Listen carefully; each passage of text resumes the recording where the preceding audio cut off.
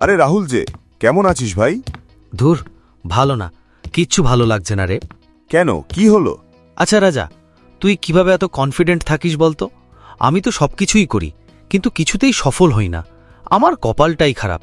দেখ না, চাকরির জন্য ইন্টারভিউ দিয়ে দিয়ে হাঁপিয়ে গেলাম, কিছুতেই ক্র্যাক করতে পারছি না। তোর এই কথাটাই প্রমাণ করে তুই এখনো তোর সাবকনশিয়াস মাইন্ডের পাওয়ারটা বুঝিস নি রে হয়।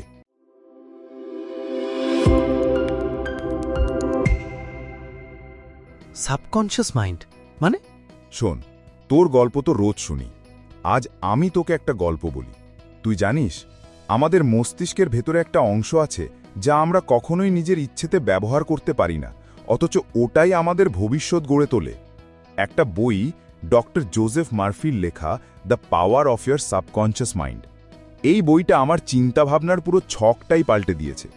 অনেকেই জানে না, আমাদের মাথার ভেতর আছে একটা লুকোনো শক্তি, সাবকনশিয়াস মাইন্ড। এই মাইন্ডই ঠিক করে দেয় তুই সফল হবি না ব্যর্থ। আমি এই বইটা পড়ার আগে ভাবতাম আমি বোধহয় কিছুই করতে পারবো না, কিন্তু বইটা আমায় শেখালো আমরা যা ভাবব তাই হতে পারবো। এই বই আজকে বিশ্বজুড়ে লক্ষ লক্ষ মানুষের জীবন বদলে দিয়েছে। তোরও পারবে, যদি তুই নিজের ভাবনাগুলোকে একটু বদলাস। মানে ভাবনা বদলালে জীবন বদলাবে? কিভাবে? হ্যাঁ, ধৈর্য ধরে শোন, তোর জন্যই বলছি।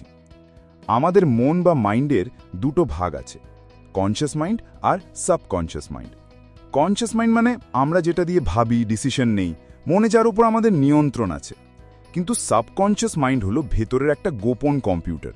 এতে আমাদের কোনো নিয়ন্ত্রণ নেই, কিন্তু আমরা যা বারবার ভাবি, মন থেকে বিশ্বাস করি, সেটা সাবকনশিয়াস মাইন্ডও বিশ্বাস করে, আর সেটাকেই বাস্তব করে তোলে।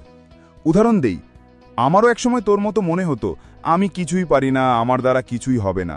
আর সত্যি আমি কিছুই পারতাম না, যা করতাম তাই ভুল হতো। কিন্তু এই বইটা ম্যাজিকের মতো আমার জীবন পাল্টে দিল। আমি প্রতিদিন সকালে আয়নার সামনে দাঁড়িয়ে বলতাম আমি পারি, আমি জিতব। ধীরে ধীরে আমার মনে বিশ্বাস জন্মালো, আর আমার রেজাল্ট, ইন্টারভিউ সব বদলে গেল।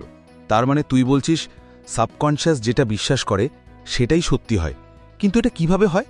মানে আমি কিভাবে এটা বিশ্বাস করাবো? খুব ভালো প্রশ্ন। এখানে আসে দ্য পাওয়ার অফ ভিজুয়ালাইজেশন, মানে কল্পনা শক্তি। দেখ, তুই যদি নিজেকে সফল হিসেবে কল্পনা করিস, তবে তোর মন সেটাই বাস্তব করতে শুরু করে। ধর, তুই একটা ইন্টারভিউ দিতে যাচ্ছিস। রাতের বেলায় তুই চোখ বন্ধ করে নিজেকে ভিজুয়ালাইজ করছিস, তুই আত্মবিশ্বাসীভাবে ইন্টারভিউ দিচ্ছিস, কনফিডেন্টলি সব প্রশ্নের উত্তর দিচ্ছিস। ফলে ইন্টারভিউয়ারও খুশি হচ্ছে। এই অভ্যেসটা তোর মস্তিষ্কে একরকম রিহার্সালের মতো কাজ করে, এবং যখন সত্যিকারে সেই দিনটা আসবে, তখন তুই আগে থেকেই প্রস্তুত থাকবি। মানে আমি যদি কল্পনায় নিজেকে জিততে দেখি, মনের ভেতরেও জয়ের বিশ্বাস তৈরি হয়। কিন্তু ভাই, আমি যখনই নিজের সাথে কথা বলি, শুধুই নেগেটিভ কথা মাথায় আসে। এটা কি প্রভাব ফেলে? একদম ফেলে। তুই যদি বারবার বলিস আমি কিছু পারি না, আমার দ্বারা হবে না, তোর সাবকনশিয়াস মাইন্ড সেটাই ধরে রাখে আর বিশ্বাসও করে। আমি তো নিজেই একসময় বলতাম আমি গরিব ঘরের ছেলে, আমার বড় কিছু হবে না। কিন্তু বইটা পড়ার পর নিজেকে বলতে শুরু করলাম আমি সুযোগ খুঁজছি, আমি তৈরি হচ্ছি, আমি পারবো। আর একদিন সত্যি সুযোগ এলো, আমি পারলাম। তাহলে কি শুধু নিজের সাথে কথা বলাই যথেষ্ট? বিশ্বাস না থাকলে কি এটা কাজ করবে? তুই নিজের ওপর বিশ্বাস রাখবি না আর জেতার আশা করবি, তাই কখনো হয়? আত্মবিশ্বাস আর পজিটিভ চিন্তা আমাদের কাজের ক্ষমতাকে 10 গুণ বাড়িয়ে তোলে, আর এই বিশ্বাস ডাইরেক্টলি সাবকনশিয়াস মাইন্ডের উপর এফেক্ট ফেলে। ঠিক তখন থেকেই সাবকনশিয়াস মাইন্ড নিজের কাজ শুরু করে।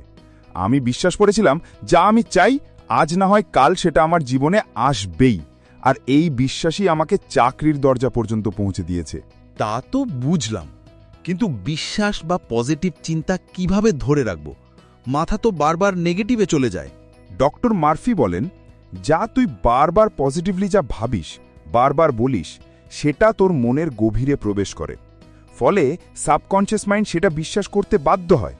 যেমন তুই যদি বলিস আমি একজন ভালো ছাত্র, আগামী ইন্টারভিউতে যা যা প্রশ্ন করবে আমি সেগুলোর সঠিক এবং কনফিডেন্টলি উত্তর দেব, ইন্টারভিউর জন্য আমি একেবারে প্রস্তুত। একবার বললে হবে না, প্রতিদিন বল, বারবার বল, মন থেকে বল। দেখবি তোর ভাবনাগুলো ধীরে ধীরে বাস্তব হতে শুরু করেছে। আমি প্রতিদিন সকালে উঠে নিয়মিত 2 থেকে 3 বার বলতাম আমি আত্মবিশ্বাসী, আমি প্রস্তুত, আমি জিতব। 60 দিনের মধ্যে আমার মধ্যে এমন পরিবর্তন এলো, যে আমি নিজেকে নিজেই চিনতে পারছিলাম না। তাহলে বুঝি আমিই আমার সবচেয়ে বড় শত্রু ছিলাম এতদিন? তা বলতে পারিস। সাবকনশিয়াস মাইন্ড জাদুর মতো কাজ করে, বা বলা যায় জাদুর চাইতেও শক্তিশালী, কারণ এটা তোর ভেতরেই আছে। এটা তুই নিজেই। তুই যা চাস সেটা বিশ্বাস কর, ভিজুয়ালাইজ কর, আর নিজের সাথে পজিটিভ কথা বল। তাহলেই ধীরে ধীরে কিন্তু নিশ্চিতভাবে তোর জীবন পাল্টে যাবে। তোকে শত কোটি প্রণাম ভাই। তুই যা বললি তাতে তো মনে হচ্ছে জীবনটা আবার নতুন করে শুরু করতে পারি। অবশ্যই পারবি, পারতে তোকে হবেই। তুই শুধু নিজের ভেতরের সাবকনশিয়াস মাইন্ডকে চেনার চেষ্টা কর, তাকে নিজের মতো করে গড়ে তোল। তোর জীবন নিজেই বদলে যাবে। এই বইটা তোকে শুধু শিক্ষাই দেবে না, একটা নতুন জীবনও দেবে। কিন্তু ভাই, বইটা পাবো কোথায়? তোর কাছে থাকলে আমায় দে। ভিডিও ডেসক্রিপশনে যা, লিংক দেওয়া আছে, চট করে কিনে নে। বন্ধুরা, রাহুল তো আজ থেকেই ওর জীবন বদলানোর কাজ আজ থেকেই শুরু করছে। তোমরা কবে থেকে শুরু করছো কমেন্ট করে জানাও। ভিডিওটা ভালো লাগলে লাইক করো, শেয়ার করো, আর সাবস্ক্রাইব তো অবশ্যই করো। ভালো থেকো, আর নিজের ভেতরে লুকিয়ে থাকা শক্তিগুলোকে ডিসকভার করতে থাকো। আমি ফিরে আসছি আরও একটা গুরুত্বপূর্ণ ভিডিও নিয়ে।